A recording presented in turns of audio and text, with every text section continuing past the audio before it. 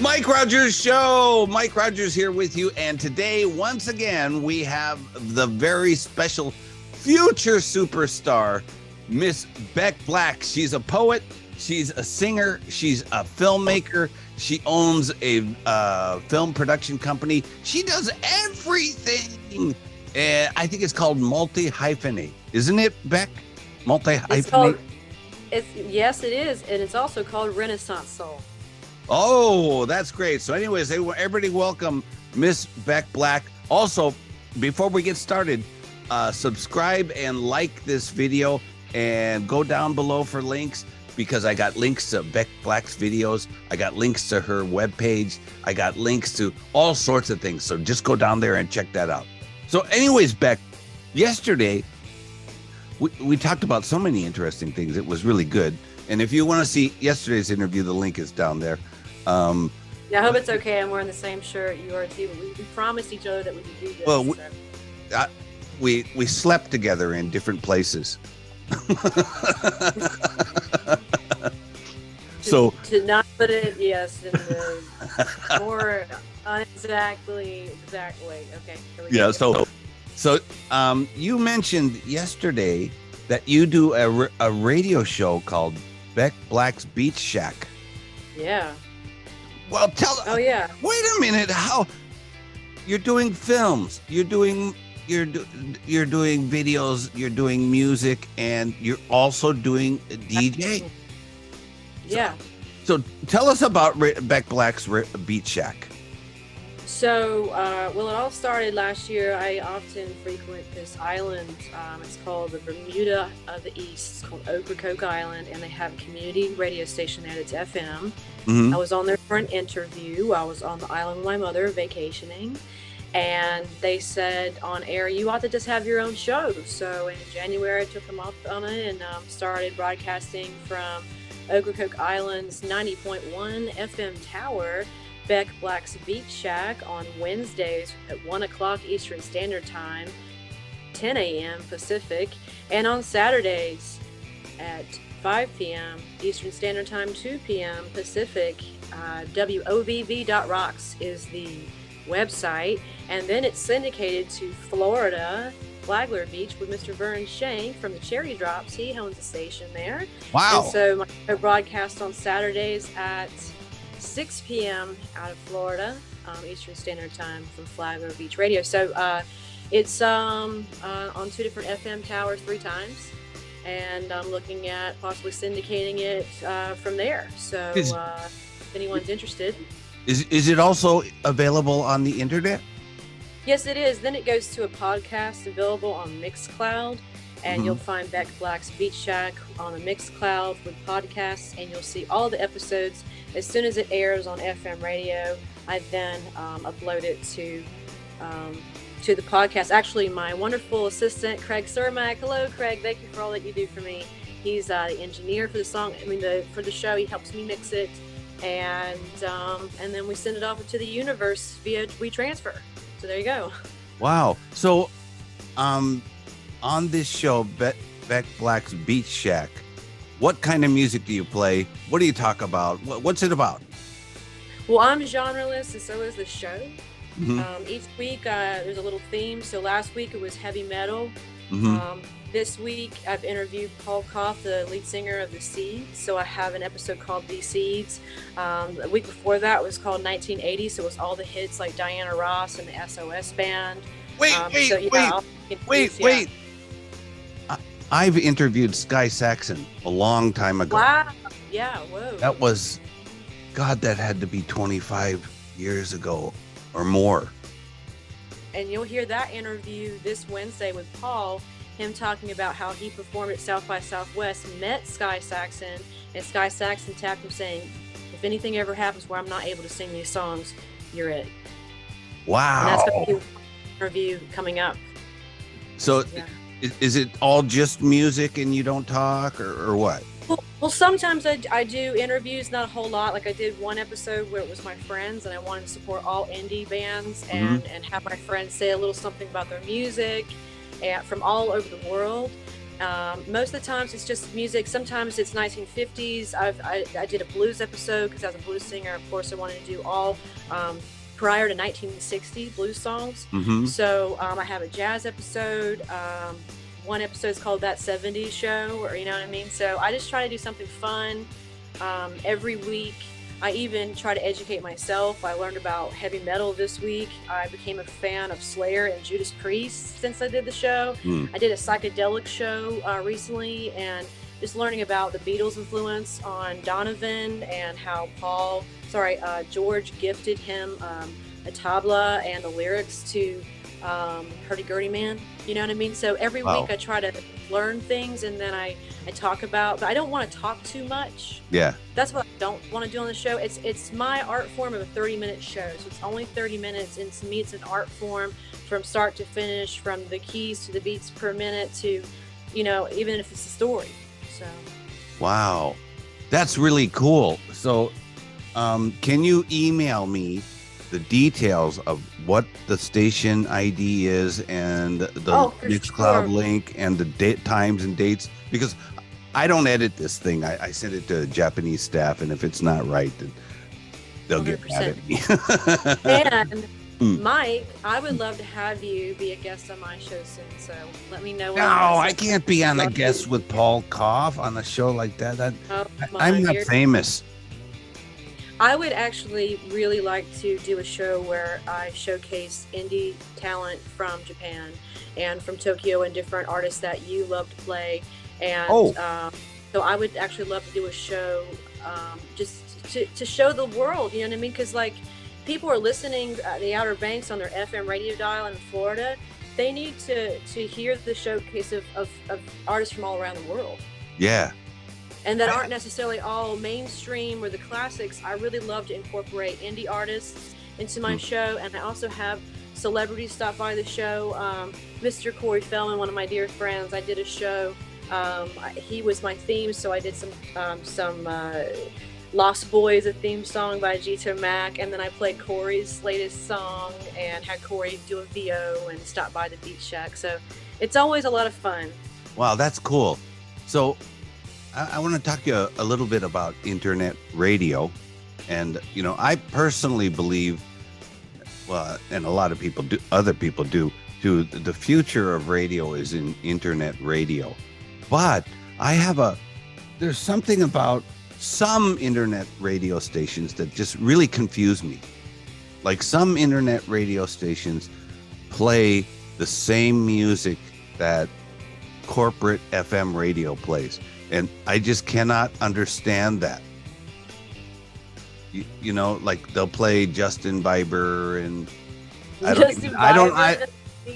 I don't even know I've what never it really is. heard his music, to be honest. I try to like stay away from something. But yeah, I get it. Yeah, we need more platforms for indie artists. I think SiriusXM needs to add a station for indie artists and incorporate internet radio shows and DJs such as yourself. And Mark Platt, which I love everything that he does with, you know, the Radio Candy, and we have Radio Indie Alliance. You guys are, you know, we're all to have Radio Indie Alliance part of it, and have an indie station on SiriusXM just called Indie Radio. So if you want to hear indie artists, you have a way to do it. It shouldn't be about who's mainstream. As an underground artist, it's just like the underground radio with Steven is incredible, because you get underground like DJs like Rodney Bingenheimer. I wish Rodney would be a part of this too. Like he have another station have his DJ show on, because it's like we need more indie. We need accessibility to indie, and thank God for indie radio stations and for DJs such as yourself, or we wouldn't have any sort of platform. We just need more of a high riser that we need to be elevated to, like SiriusXM too. So that also helps generate more income and royalties via Sound Exchange, for example, for non-terrestrial streams. Because internet radio, there's only so much of a avenue for residuals there, where SiriusXM is better and FM radio is sort of there in between. You know what I mean? So SiriusXM is really how artists, I believe, can gain more exposure, because it's satellite radio. It's beamed from the earth to the satellite and back. And I just feel like it's so important to have an indie station. I hope someone from SiriusXM is listening right now and you add that. Well, okay, so yeah, I hope someone from SiriusXM is listening too. In Japan, nobody knows what SiriusXM is at all. No one knows at all, but everybody knows WFMU in New Jersey. Do you know that station? WFMU?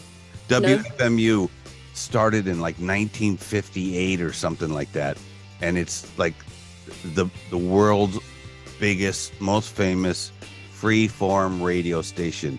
And if you listen to it, I listened to it with my wife yesterday, and she was just like, "This is weird music, but it's cool." Right. And okay.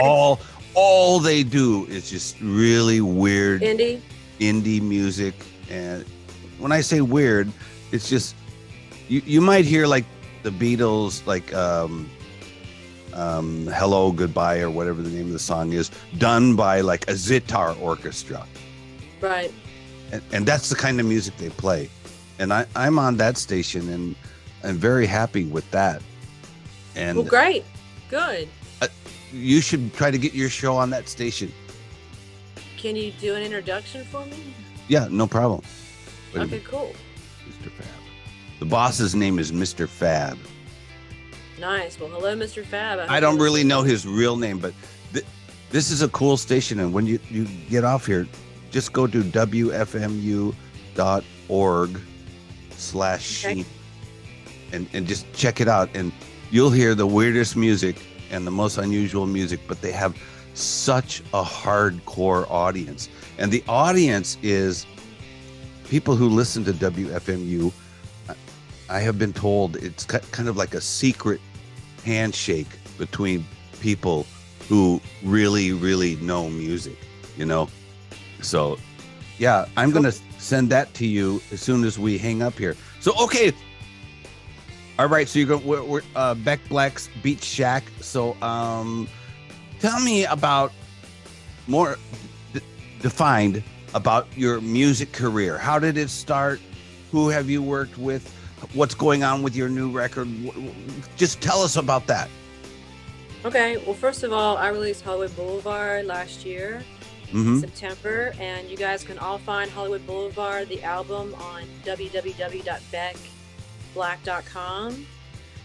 Follow me on Instagram, Beck Black Music, and you can find me on Facebook. I'm just Beck Black on there, and Twitter, so Beck Black Music. So anyways, and TikTok, whatever, just look for me. You'll find me, hopefully, okay? And we can be friends. You can let me know that you heard this interview. So Hollywood Boulevard came out. It's had great exposure, which is amazing. Thank you, Mike, for playing it. We were nominated. I played it. For the Ninja Awards this year for transmission for Best Rock Video. Congratulations to the winners this year, but thank you. It's such an honor to be nominated.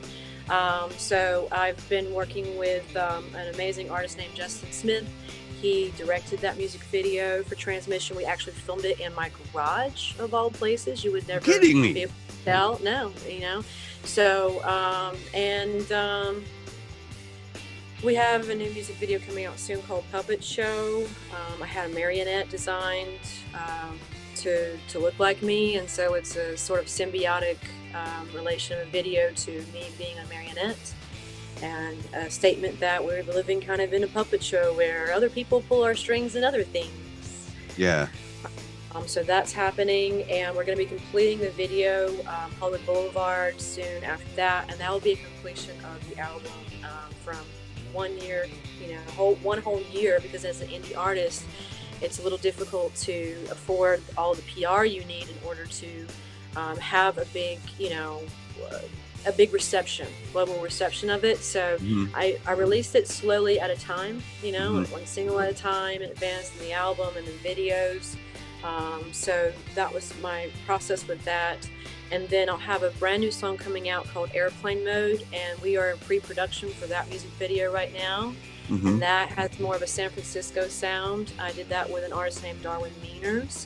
And then I have the country EP coming out next year called Electric Cowgirl, where I depart from the Beck Black dark character, or the sort of 1920s silent actress sort of type. If you see the album artwork for Hollywood Boulevard, we took a picture outside of the Chinese theater, and it has that sort of silent era quality to it. I'll be departing that to the Electric Cowgirl. Her character is flamboyant, but she's like the singing cowgirl, cowboy kind of type. And so I wrote songs that kind of go back to the 1940s, early country, and some 1950s doo-wop in there. So that'll be a whole different character for me, which I'm excited for everyone to see. What else? Oh, I have another band called Jinx, and we are more pop electronic. And so we have several new songs that we're going to be releasing there, and a new remix for our song, I Keep the Lights On. So we're really excited. So, that's really great. So, I've also that's really great. That's fantastic. So I've also so confusing. Seen, maybe I hope not. No. I've also seen that you've. I've seen photos and stuff with you working with some famous artists. Like I saw you a photo with you. I think it was you and Tony Valentino. Yeah, him and I have several songs together. We did one last year that I really loved, and I wish would have gotten a little bit more momentum, but maybe we can get it there. Another Dimension, co-wrote between me and Tony. He had this guitar lick, and I came in there one day and did this whole story because we were talking about aliens and UFOs. And so one day we did this punk rock alien song, and I was like, I looked up in the sky, see a UFO fly by, I'm in the twilight zone. Okay, wait a minute. So who is Tony Valentino? Can you tell us that? Tony Valentino? Yeah. Tony Valentino from the Standells. The Standells. Yeah. The 1960s. Good Guys Don't Wear White and Dirty Water. Dirty Water. We did a version called Riot on the Sunset Strip, starring my friends and Rodney and Tony, Rodney Bingenheimer, and myself, and I directed that. We're all, hanging out on the strip tonight, So the Riot on the Sunset Strip. That was also by the Standells in a TV show. I interviewed Tony Valentino, and really? He's going to be in the new magazine Second Scene. It's coming. No, it's out. It's coming. Yeah, it is. I saw that. Tony posted about that, and Rodney Bingenheimer's in the same issue. That's so awesome because we all hang out together. Like that's one of my favorite things to do in LA when I'm there is hanging out with Rodney and Tony. Wow, but I love Tony. He's a great guy, but I can't understand what he's saying half the time because of his Italian accent. I'm like, Uncle Tony, come on. Yeah, so, and then I've also worked with a couple other artists. Like I did a song 2 years ago with Clem Burke on drums and John from Dramarama, John Easdale. Him and I did a duet. We did a cover of Love Will Never Tear Us Apart by Joy Division with a country twang. Really? Wow. Yeah. I know Clem Burke too. It's called The Reckless Drifters. It was like a whole different project, so it's just featuring Beck Black, but John Easdale from Dramarama. Wait a minute. The Reckless Drifters? Yeah. You were in that band? Yeah. I didn't know that. I only did one recording. They did a 2 single release with Annette Zelinsky, and then that was called Nails Driven in My Coffin. So they had a project with 2 different songs, and we made them country, and that was with a different team. So it was great. It was really, really cool. Yeah, so they only have 2 songs, is that it? Yeah, it was something that reissued last year. I think they had something in the past, but it was 2 years ago. Yeah, so 2 years ago, I used to play them a lot, and I played 2 songs, but I don't remember the titles of the songs. Well, the one I'm on is Love Will Tear Us Apart. I'm like, love will tear us apart. Yeah, I played that. I played that a lot. That's you? Yeah. With desperation aside, I was singing in a country voice. Ain't evening. No, this is your regular voice, right? From North Carolina. I mean, it depends on the day. So, it's like, so I got two more my questions. normal voice is a bit transatlantic. Well, I'm here on the East Coast, and normally, like, we have like it's like there's some sort of a little bit of island twang, you know, like some people say, you know, call you on the phone. Yeah. It has a little transatlantic. My dad used to say, "Is that the police?"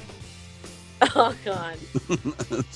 Somebody call the law? Call the law.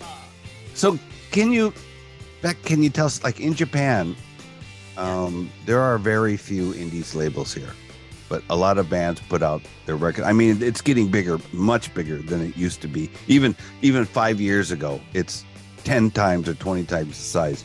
But a lot of musicians think like, oh, the top of the mountain is if I get signed to Sony. Yeah. I got signed. I saw a sign.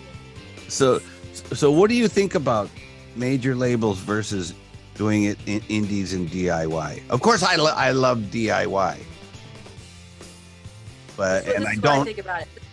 I don't like it major. Okay, this is what I think about doing an indie. Mm-hmm.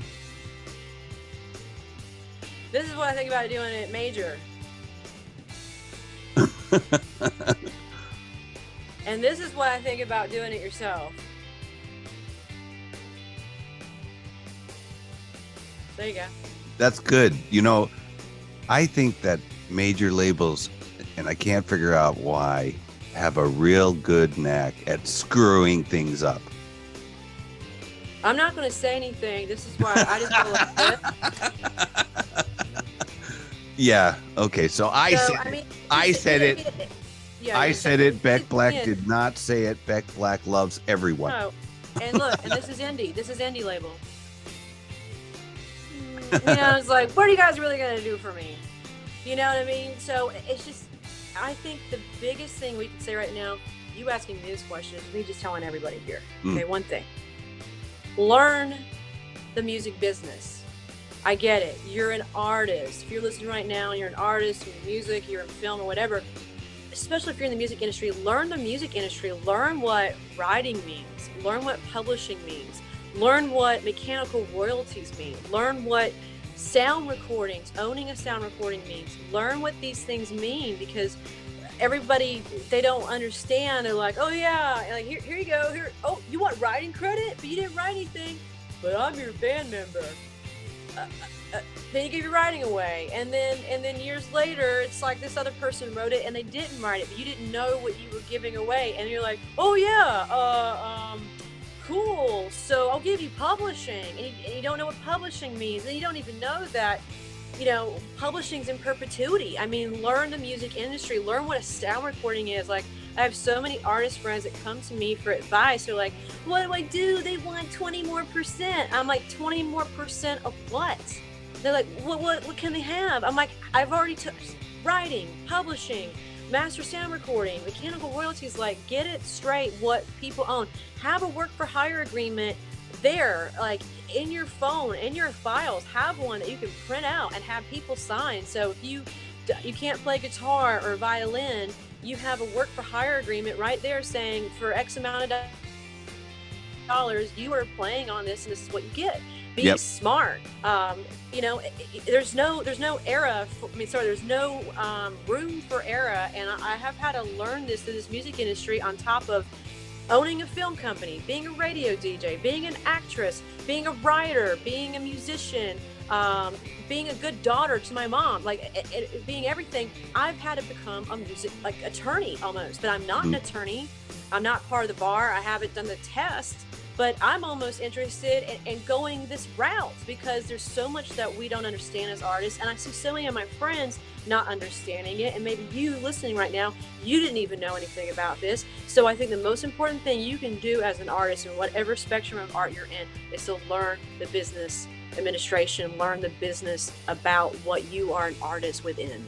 Yeah, I totally agree with you. There's a band that you know, and I know very well, and I told their manager a long time ago, you guys need to get a music publisher, and they haven't done it. I'm just astounded.